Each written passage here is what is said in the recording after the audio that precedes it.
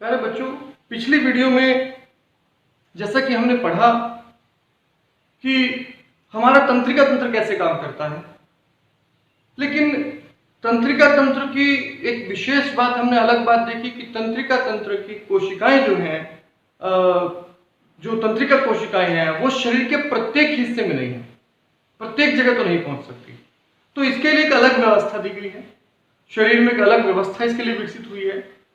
और इसी व्यवस्था को हम समझते हैं, ये काम कौन करता है और कैसे करता है, जरा देखें। तो आपने पढ़ा होगा पिछली कुछ कक्षाओं में शरीर में वो बहुत प्रकार की ग्रंथियां होती हैं। इन ग्रंथियों को सामान्य रूप से नलिकाओं के लिए अगर हम बांटे तो दो भागों में बांट सकते हैं। तो सभी जो ग्रंथियां हैं, ग्रंथियों को दो प्रकार की हो सकती हैं। एक बहिस्रावी ग्रंथियां, ये बहिस्रावी ग्रंथियां नलिका युक्त ग्रंथियां भी कहलाती हैं। इन्हें ऐसा क्यों कहते हैं, ये जरा एक बार समझते हैं कि वे ग्रंथियां जो अपना स्राव नलिका द्वारा कार्यस्थल पर छोड़ती हैं, ये यकृत या लाल ग्रंथियां हमने देखी हैं। तो ऐसी ग्रंथि जिसमें नलिका होती है, अगर हम लाल ग्रंथि को देखेंगे तो जीभ के नीचे जो है एक पतली सी नली निकलती है और पीछे की ओर जो लाल ग्रंथि है वह रहती है हमारी जीभ के निचले हिस्से में लाल ग्रंथि है, और लाल ग्रंथि जो है लाल को जीभ के नीचे स्रावित कर देती है। तो यहाँ जीभ के निचले जो हिस्सा होता है इसमें जो है ये नलिका खुल जाती है और यहाँ ये लार हमारे मुंह के अंदर निकल जाती है। तो इसकी आवश्यकता कहाँ है लार की? बिल्कुल जीभ में ही आवश्यकता है। तो ये अपना स्राव कहाँ छोड़ती है? कार्यस्थल पर, जहां इसकी आवश्यकता, गंतव्य स्थान जो इसका है, जहां तक इसको पहुंचाना है उस रसायन को, ठीक वहीं ये पहुंचा देती है। तो इसे लार के रूप में छोड़ती है। ऐसे ही यकृत जो है वो पीतरस छोड़ता है। कहां छोड़ता है? जहां उसकी आवश्यकता होती है, छोटी आंत में। तो ये ग्रंथियां हम कहलाती हैं नलिका युक्त ग्रंथियां, या इन्हें हम बहिस्रावी ग्रंथियां कहते हैं क्योंकि ये बाहर स्राव को छोड़ती हैं। लेकिन जो दूसरे प्रकार की ग्रंथि है इन्हें हम कहते हैं अंतःस्रावी ग्रंथियां या नलिका विहीन ग्रंथियां। अब शब्द ही बता रहा है नलिका विहीन, इनमें कोई नलिका नहीं है। तो ये कौन सी ग्रंथियां हैं? तो वे ग्रंथियां जो अपना स्राव सीधे रक्त में छोड़ देती हैं, ये अपने स्राव को रक्त में छोड़ देती हैं। अब ये क्यों रक्त में छोड़ रही है? एक तो सीधा सा कारण है कि अंतःस्रावी ग्रंथियों में कोई नलिका नहीं होती। अब क्योंकि कोई नलिका नहीं है इसलिए रक्त में छोड़ देंगी। अंतःस्रावी ग्रंथियों से स्रावित पदार्थ हार्मोन कहलाते हैं। ये जो स्रावित करती हैं पदार्थ, इन्हें हार्मोन कहते हैं। अब प्रश्न ये है कि ये इसे रक्त में क्यों छोड़ती हैं? एक तो हमने कारण कहा कि इनका नलिका नहीं है, तो गंतव्य स्थान तक जाने के लिए इनको रक्त में छोड़ना पड़ेगा। दूसरा कारण ये भी है कि इनका कोई एक विशेष क्षेत्र नहीं है, कोई एक ऐसी जगह नहीं है जहां इन्हें पहुंचना है। इनका जो रासायनिक पदार्थ है, जो ये पदार्थ छोड़ रही हैं, इस पदार्थ की आवश्यकता पूरे शरीर को है, प्रत्येक कोशिका तक पहुंचाना है। ऐसी स्थिति में नलिका वाली ग्रंथि द्वारा यह कार्य संभव ही नहीं है। इस कार्य के लिए रक्त के द्वारा ही कार्य करना होगा। जैसे भोजन रक्त द्वारा पूरे शरीर में पहुंचता है, जैसे ऑक्सीजन रक्त द्वारा पूरे शरीर में पहुंचती है, इसी प्रकार से हार्मोन भी रक्त द्वारा ही एक हिस्से से दूसरे हिस्से में जहां उसकी विशेष आवश्यकता है उस हिस्से तक पहुंचाना बड़ा आसान हो जाता है रक्त के द्वारा। तो बहुत लंबी नली तो नहीं हो सकती, लेकिन बहुत लंबी यात्रा करने के लिए रक्त के द्वारा जाना आसान काम है। तो जरा इसे एक बार समझते हैं, हार्मोन क्या है? फिर हमने कहा कि जो नलिका विहीन ग्रंथियां हैं उनका जो स्रावित पदार्थ है इसको हार्मोन कहते हैं। तो ये हार्मोन है क्या? हार्मोन नलिका विहीन ग्रंथियों द्वारा स्रावित वे रासायनिक पदार्थ हैं। हार्मोन नलिका विहीन ग्रंथियों द्वारा स्रावित वे रसायन पदार्थ हैं जो शरीर के कार्यों का नियंत्रण व समन्वय करते हैं। तो आप इसे इसी तरह परिभाषित कर सकते हैं कि हार्मोन क्या है। अब हार्मोन करते क्या है या क्यों आवश्यकता है हार्मोन की? तो मैंने आपको बताया था कि भाई ये जो पदार्थ है, ये पदार्थ हमारे शरीर में एक ही स्थान कार्यस्थल नहीं है। हमारा कार्यस्थल बिल्कुल एक नहीं है, एक बिंदु पिन पॉइंट नहीं है, पूरे शरीर में पहुंचाना है इसे। और पूरे शरीर में पहुंचाने के लिए क्या करेंगे? पूरे शरीर में पहुंचाने के लिए हम इसे रक्त में छोड़ देंगे। रक्त में छोड़कर फिर शरीर के जिस भी भाग में इसकी आवश्यकता है वहां ये पहुंच जाएगा। अब ये काम हार्मोन की आवश्यकता क्यों पड़ी? हार्मोन की आवश्यकता इसलिए पड़ी कि हर एक हिस्से तक तंत्रिका नहीं पहुंचती है। तो आइए पढ़ते हैं शरीर की विभिन्न अंतःस्रावी ग्रंथियों को और उनके हार्मोन कौन कौन से हैं, और ये हार्मोन किस किस काम आते हैं, हमारे शरीर में कौन कौन सा कार्य कर रहे हैं।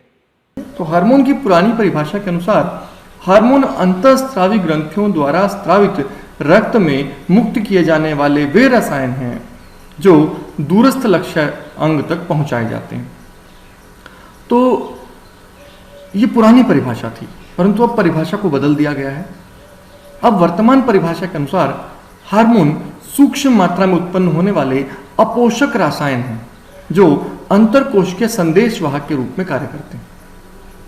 तो ये बहुत सूक्ष्म मात्रा में बनते हैं, ये अपोषक रसायन है, पोषण किसी प्रकार का नहीं करते, लेकिन अंतरकोशिकीय संदेश वाहक के रूप में कार्य करते हैं। तो आप हार्मोन की ये परिभाषा यहां लिख सकते हैं, या आप इस तरह भी लिख सकते हैं कि हार्मोन अंतःस्रावी ग्रंथियों द्वारा स्रावित सूक्ष्म मात्रा में उत्पन्न होने वाले अपोषक रसायन हैं जो अंतरकोशिकीय संदेश वाहक के रूप में कार्य करते हैं। ये बिल्कुल एग्जैक्ट और सही परिभाषा होगी इसके लिए।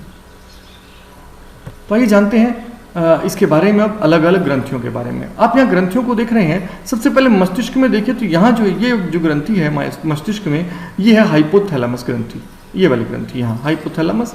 इसके बाद यहाँ जो है ये है पीयूष ग्रंथि, यहाँ है थायराइड ग्रंथि जिसे हम अवटु ग्रंथि कहते हैं। इसके पीछे की ओर है परावटु ग्रंथि। उसके बाद हृदय में, हृदय के बिल्कुल ऊपर स्थित है थाइमस ग्रंथि। और अगन्नाशय जो है यहाँ पेट उदर गुहा में अगन्नाशय स्थित है। अधिवृक्क के ऊपर अधिवृक्क ग्रंथियां, यहाँ स्त्रियों में अंडाशय होता है, ये स्त्रियों में पाया जाता है सिर्फ, और पुरुषों में वृषण ग्रंथियां जो वृषण कोश में पाई जाती हैं। तो ये सब जो है, इन सब ग्रंथियों के बारे में हम आइए विस्तार से पढ़ते हैं। सबसे पहली ग्रंथि हमारे पास जो उपलब्ध है वह है हाइपोथैलेमस। तो हाइपोथैलेमस ग्रंथि, हाइपोथैलेमस डायएन्सेफेलोन के आधार भाग में है और यह शरीर के विविध कार्यों का नियंत्रण करता है। यह हार्मोन पीयूष ग्रंथि से स्रावित होने वाले हार्मोन के संश्लेषण और स्राव को नियंत्रित करते हैं। तो इसके जो हार्मोन हैं ये पीयूष ग्रंथि के हार्मोन को संश्लेषित और स्राव करते हैं। तो यहाँ आप देखिए हाइपोथैलेमस यहाँ पाया जाता है, ये मस्तिष्क में ये वाली देख रहे हैं आप, ये पीयूष ग्रंथि, इसके ठीक ऊपर यहाँ हाइपोथैलेमस पाया जाता है। हाइपोथैलेमस के स्रावित हार्मोन कौन से हैं और उनके क्या कार्य हैं ये जरा जान लेते हैं। हाइपोथैलेमस के स्राव होने वाले हार्मोन दो प्रकार के होते हैं, एक मोचक हार्मोन और दूसरे निरोधी हार्मोन। मोचक हार्मोन जो पीयूष ग्रंथि के हार्मोन से स्राव को प्रेरित करते हैं, पीयूष ग्रंथि को प्रेरित करते हैं हार्मोन स्रावित करने के लिए, और जो निरोधी हार्मोन है ये पीयूष ग्रंथि से हार्मोन के स्राव को रोकते हैं। तो ये दो प्रकार के हार्मोन हाइपोथैलेमस स्रावित करता है। तो ये थी हाइपोथैलेमस के बारे में। आइए अब जानते हैं पीयूष ग्रंथि। पीयूष ग्रंथि, ये जो पीयूष ग्रंथि है ये मटर के दाने के आकार की ग्रंथि मस्तिष्क में हाइपोथैलेमस के ठीक नीचे स्थित होती है। यह हाइपोथैलेमस है, इसके ठीक नीचे यहाँ बिल्कुल मटर के दाने के आकार की यहाँ ग्रंथि देख रहे हैं, ये है पीयूष ग्रंथि। स्राव होने वाले हार्मोन, पीयूष ग्रंथि से स्रावित होने वाले बहुत सारे हार्मोन पीयूष ग्रंथि स्रावित करती है। इसमें कुछ कुछ हम पढ़ लेते हैं कि वृद्धि हार्मोन जैसे स्ट्रेप्टोट्रोपिन, सोमैटोट्रोपिन, वृद्धि हार्मोन सोमैटोट्रोपिन, प्रोलैक्टिन जिसे मेमोट्रोपिन भी कहा जाता है, उद्दीपक हार्मोन, बहुत प्रकार के ऐसे हार्मोन हैं जो अलग अलग ग्रंथियों को उद्दीपित करते हैं, तो उन सबको हम इकट्ठे यहाँ लिख रहे हैं, उद्दीपक हार्मोन। इसके बाद वैसोप्रेसिन और ऑक्सीटोसिन। तो ये क्या क्या काम करते हैं आइए इनके बारे में जरा विस्तार से समझ लेते हैं। उससे पहले आप एक बार देख लीजिए कि पीयूष ग्रंथि जो है वो कहाँ स्थित है, बिल्कुल हाइपोथैलेमस के ठीक नीचे मटर के दाने की ग्रंथि। अब आपको ये बात एक और चीज जाननी चाहिए कि पीयूष ग्रंथि को मास्टर ग्रंथि कहते हैं। ऐसा क्यों कहते हैं? पीयूष ग्रंथि को मास्टर ग्रंथि क्यों कहते हैं? पीयूष ग्रंथि के जो ये उद्दीपक हार्मोन है, पीयूष ग्रंथि द्वारा स्रावित हार्मोन अधिकतर ग्रंथियों के स्राव को नियंत्रित करता है, इसीलिए हम पीयूष ग्रंथि को मास्टर ग्रंथि भी कहते हैं। तो पीयूष ग्रंथि से स्रावित हार्मोनों के कार्य क्या क्या है वो जरा देख लेते हैं। वृद्धि हार्मोन या सोमैटोट्रोपिन। तो सोमैटोट्रोपिन क्या करता है? अस्थियों और पेशियों का विकास करता है। वृद्धि हार्मोन अस्थियों और पेशियों का विकास करता है। उद्दीपक हार्मोन अन्य अंतःस्रावी ग्रंथि जैसे थायराइड, वृषण, अंडाशय आदि के हार्मोन के स्राव को उद्दीपित करता है। ये एक समूह है हार्मोन्स का।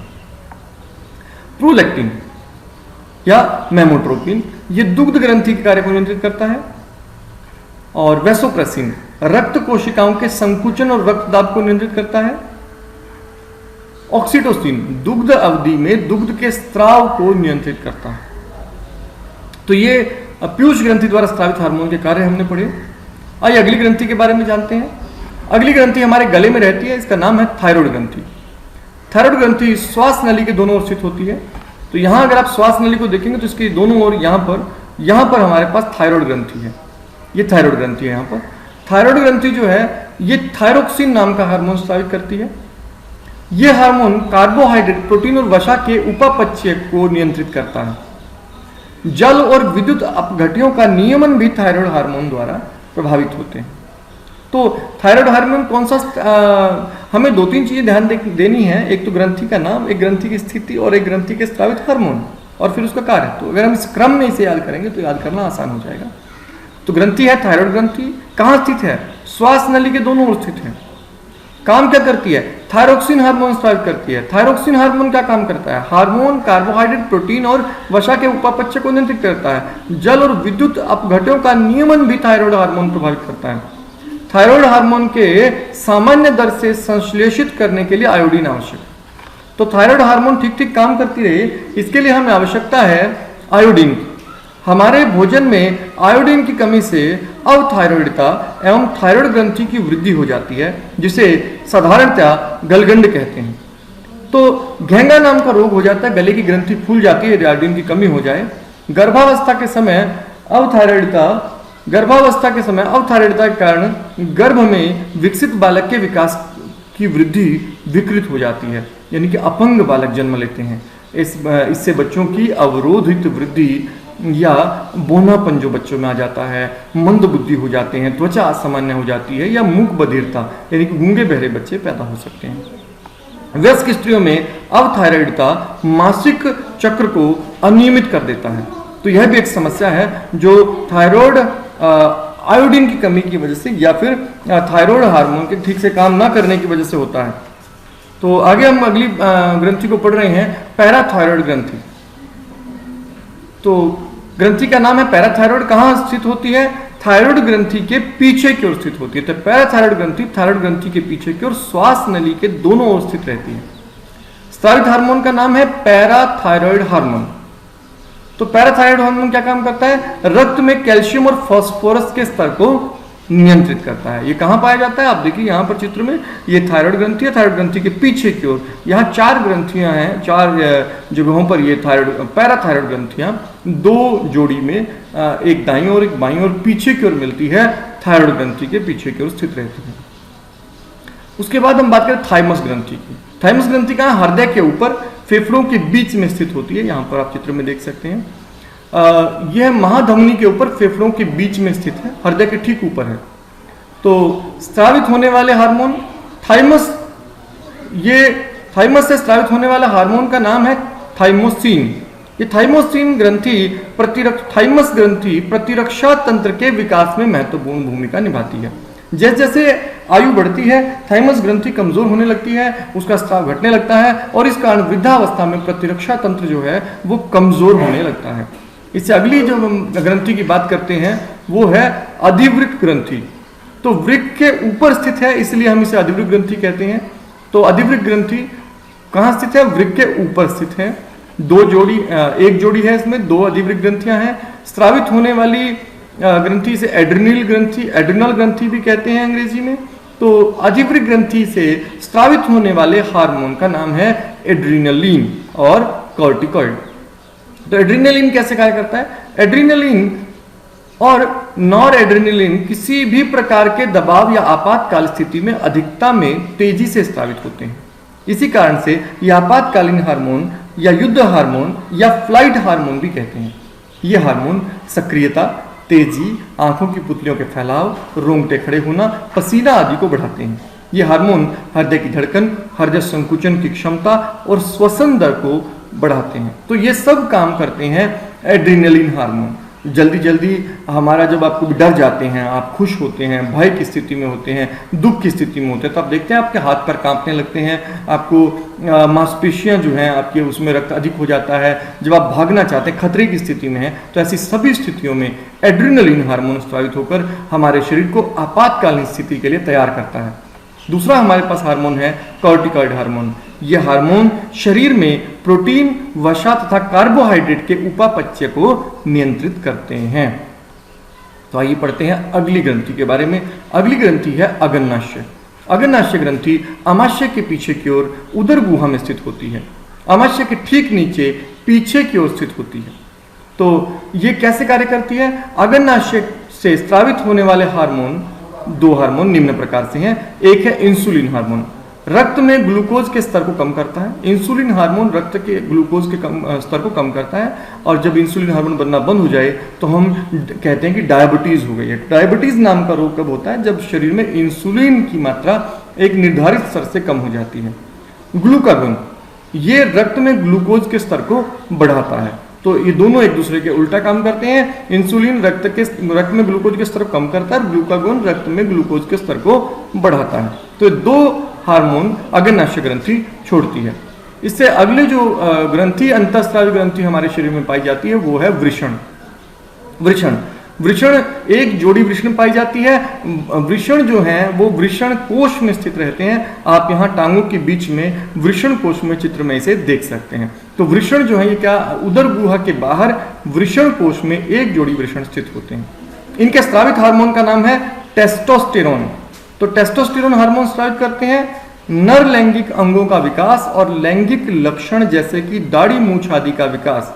ये सब टेस्टोस्टेरोन हार्मोन की वजह से होता है। यानी कि पुरुषों में जो भी पुरुषोचित लक्षण हैं, जो पुरुषों जैसे लक्षण हैं, वो सभी टेस्टोस्टेरोन हार्मोन की वजह से होते हैं। जैसे कि छाती, पूरे शरीर पर बाल का उगना, दाढ़ी मूछ का आना, आवाज़ का भारी हो जाना और लैंगिक अंगों का विकास होना, शुक्राणु का उत्पादन शुरू होना, ये सभी कार्य जो है ये टेस्टोस्टेरोन हार्मोन की वजह से होते हैं।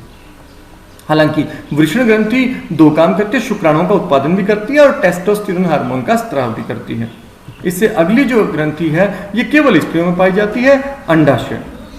मादाओं में उदर में अंडाशय का एक युग्म होता है। तो स्रावित होने के इससे हार्मोन जो स्रावित होते हैं, अंडाशय में स्रावित होने वाले हार्मोन निम्न प्रकार से हैं।